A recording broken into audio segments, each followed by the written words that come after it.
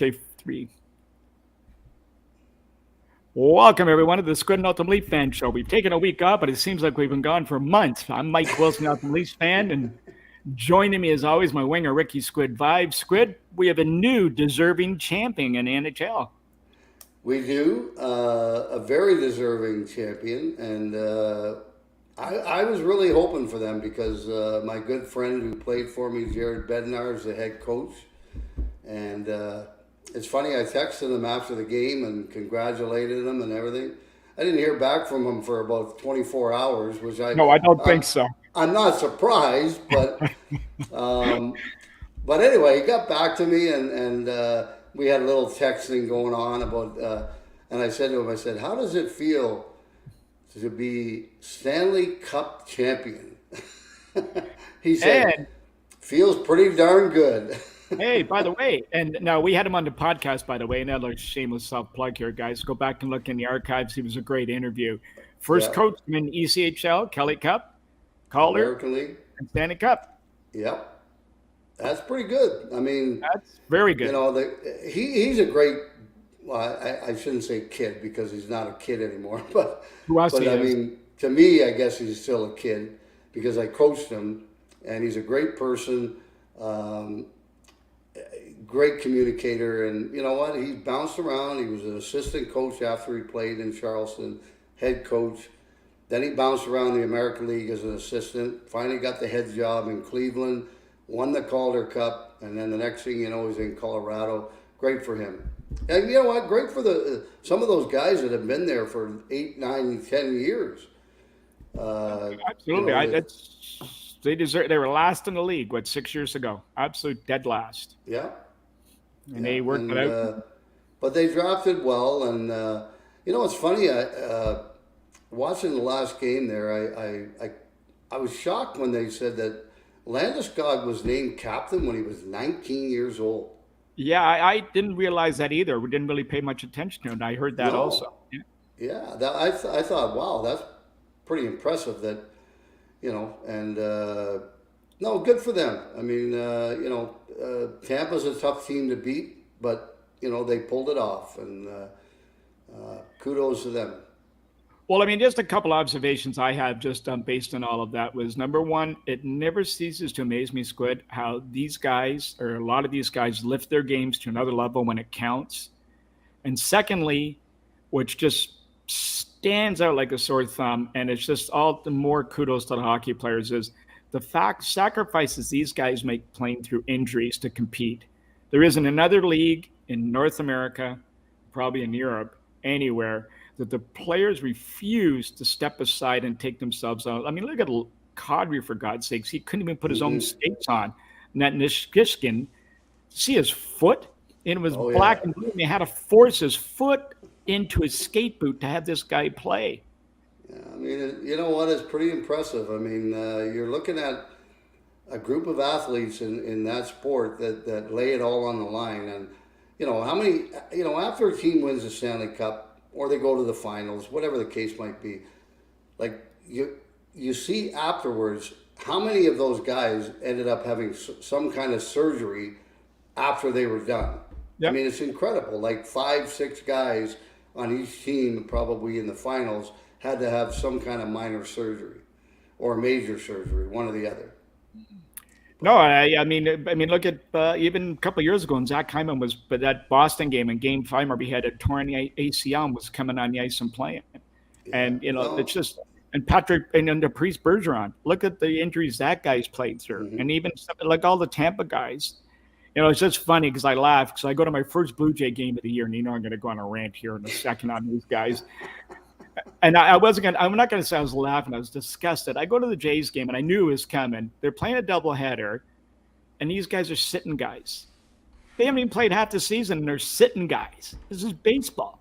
And there's Springer out again, and they replace him with a guy. I don't think that Zimmer guy could get hits in a slow-pitched mixed league.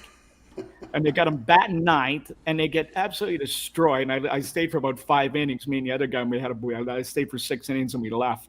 But and you look at that, and then my old favorite, of course, was LeBron James. I was with that 6 years ago or whatever it was, and he got carried off the court with cramps, and his team was losing. He wouldn't play. Anyway, Well, we that cheer. just shows you, Mike, hockey's a different game. The I guys, was going to say that. they play hurt. They don't play injured. So we got to be clear about that. Is that, Yeah. if there's an injury that could get worse, they're not going to put them in that situation. But banged up, bruised, like you said, broken foot, broken thumb, or whatever Kadri had, they play through that, and that's why I still say to this day, and I've heard it from other people, that the Stanley Cup is the toughest trophy in pro sports to win. Yep, I wouldn't disagree with that at all. That's why it's the best game in the world, and that's why we all cheer for it. Just kudos to those guys that they like the way they play and how they put themselves on the line, and Hmm. it's just another tip of the cap for it, and it never ceases to amaze us. And the other thing too that I want to touch on is the fact is the other moment you love, and I even though I hate it because it's not a Toronto team doing it, but when the players' reactions after they win. And what I love about all Yeah, that is anyone who's ever played the game from 6 years old to right us old stiffs at 60 years old playing, everybody's always thought about hoisting the Stanley Cup and getting interviewed after. And every guy just looks like he's just been during the headlights, doesn't know what to say, even though they've dreamt about this their whole lives. And they've probably gone into the game even thinking what they're going to say. But at that moment, it's so overwhelming and such a rush of what it is, elation or whatever it is, disbelief that this is really happening. They can't yeah. speak. And I just love it how they kind of find their way and they do make a couple of comments, but just shows you how emotional it really is to play in that Stanley Cup final. Yeah, absolutely. I mean, I've never been there, but I can imagine what they're going through, and like you said, uh, at that moment, like you said, you think about winning the Stanley Cup your whole life and this and that, but in that very moment, it's like, well, I don't know what to say. I mean, Real? that's kind of what most of them say. I don't have the words to explain it because it is such a rush, and and the greatest thing about that is it's the only damn sport that when they hand out the trophy, they give it to the captain of the team, the player, Mm-hmm. instead of the owner. And I think that's wonderful that the players get the cup. And yeah, they pass it on, and the GM and everybody, put it over their head. But the first guy to get it is the captain of the team. And I think that's the biggest thing for me compared to other sports. Well, and then the next guy, the captain passes off, is usually the senior spokesman or statesman on the team. Yeah, And somebody the team really respects from that standpoint. So there is a bit of a pecking order, and the NHL has just done a marvelous job in that. And it's just it's the best trophy presentation in sports. I mean, just no question. there is no question about it. Nothing else compares to that No. because the players get it, they enjoy it, they get the picture taken with all the brass and the players when they're all on the ice. It's funny when Colorado too, they wouldn't do it. Normally they do it at center ice, but Yeah. they didn't want the Tampa Bay logo in the picture. So they went to the end of the rink and did it at the end of the rink. So I thought that was pretty funny. And then he dropped the trophy going in. Remember the kick bring the trophy. Now, now we got to turn a little bit the other way now for a moment. Now that we've seen teams win the last 2 years with the best goalie in the world and won, and this year a Mhm. goalie that only needed to be good, not great, does any of that or just what we've seen change your thinking on what Toronto needs besides obviously a goalie? Well, they need a little bit more than just a goalie, but they need a good goalie. And you know what? Guys like Vasilevsky, Carey Price, guys like that, you don't get those guys No. handed to you. You got to draft and develop those guys. And, they got a couple of young kids that are supposed to be, really good goaltenders. And, maybe bringing them along, maybe in a year or two, maybe one of those is that guy. But you don't know. And, it's I don't know.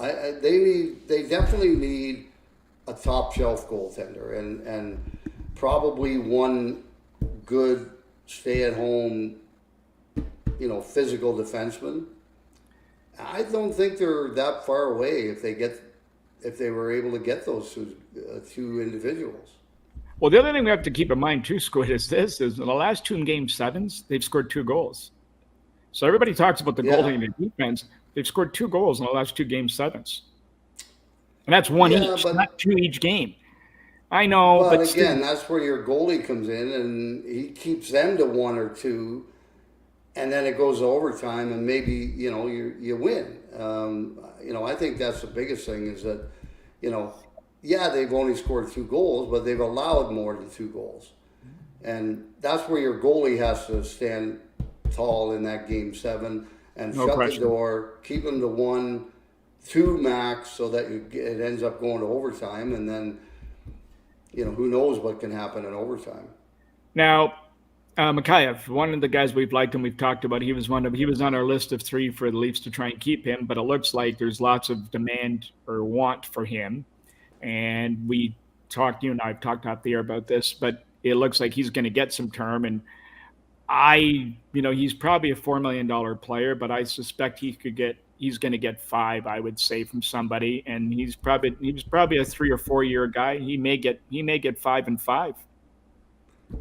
Yeah, you know what? I don't know about that, Mike. It's a lot. I think I think if he got 3 million over 5 years, I think he'd be happy. It's a Um, turn, yeah, or 4 and 4 or 4 and 3 or so. Like 4 and 4, yeah, I think is probably where most teams would be really comfortable with him. I don't expect him to get 5, but again, hey, I'm sure he's not the only name that the Maple Leafs have on the market. As if you want this guy, and you want to work out a contract before free agency, we will trade him to you. But they're going to want young guys, up and coming, guys that they feel are going to be good Maple Leaf players in the future, and draft picks. And so who knows? I mean, you get they don't have a first round pick this year, so getting a first round pick, even especially if it was in the top 10 or 12, would be big for the Maple Leafs right now. Yeah, they're going to have to give up a lot to get that. That's for sure. But I would say Mikheyev, I don't know whether there's a little bit of gamemanship going on here by throwing him out there to show him what's really available or what is really going to get thrown at, because I'm sure they've had Mm-hmm. discussions. And, there's rumored to be 6 teams involved. So the Leafs are throwing it out there, and we'll see what it develops on that front. But I would say that, well, look at Tampa. McDonough right away. They didn't Mm-hmm. hesitate. They moved his 4 year contract, that's 6.6 and change, and gone. And they're getting the vault open because they know in a week or so things are going to start heating up. So Yeah. I just sense, Squid, that there's a trade or an imminent move afoot in Leafland without stating the obvious, because it's way, way too quiet. Way too quiet. Yeah, you know what, Mike? I was thinking about that when I read the thing on Mikheyev. And I sat there for a while after reading that, and I said to myself, you know what? This is the first really the news that we've heard after they got beat out, except for Campbell. Yeah. Um, and so, yeah, I was thinking the same thing. I went, you know what? I think something big's going to happen at the draft. And, I don't know what it's going to be. I don't know who's going to be involved, but I just see something big happening at the draft. And, maybe moving some guys out, bringing in some draft picks and young players, and then have enough money to go and sign a couple of free agents that would make them a better hockey team. Well, the fact too is with the goaltending, you're really playing with fire. If you're in a battle here with Campbell now over this contract, and you're pushing this, you better have a plan B, which I suspect they do. So that's where I think it's coming from on that standpoint, is that if he doesn't take the number and they can't come to an agreement, plan B kicks in, and plan B is the only other alternative is a trade, because they're going to run in the same boat with all the free agent goalies. They're all going to be too much. They're all making more than Campbell now already. Yeah, yeah, for sure. And I mean, I don't know. I think Campbell, at this point, when you look at what he's done over the last couple of years here in Toronto, is the first time he's been a number one goaltender.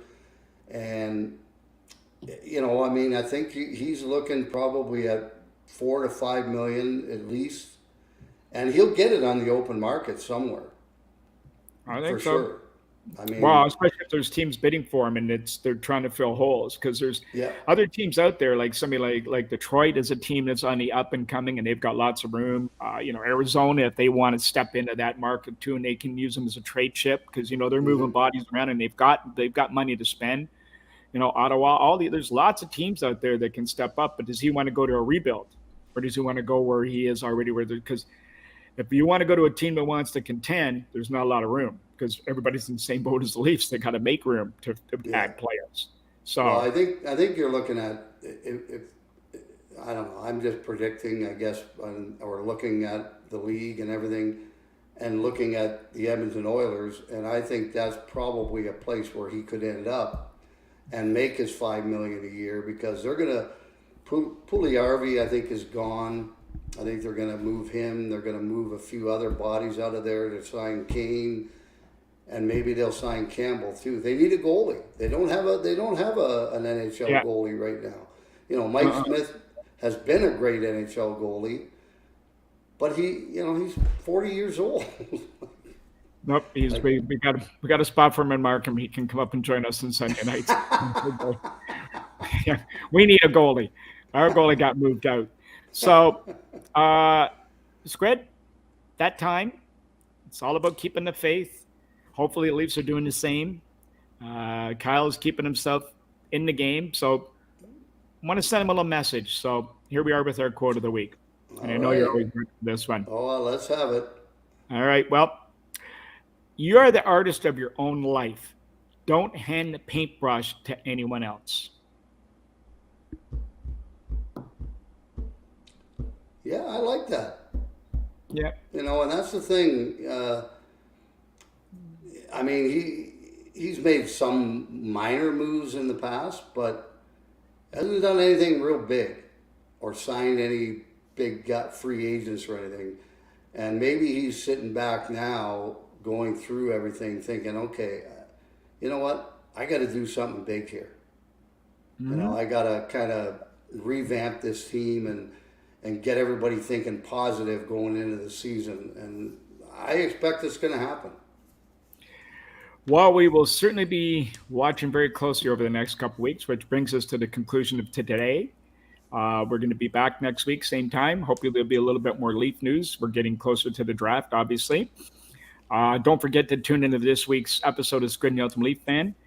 It drops Friday at 6 o'clock. This week's guest, we are actually recording it tomorrow, so you're getting a little preview on Dave Babbage. You had a few battles with him over the years.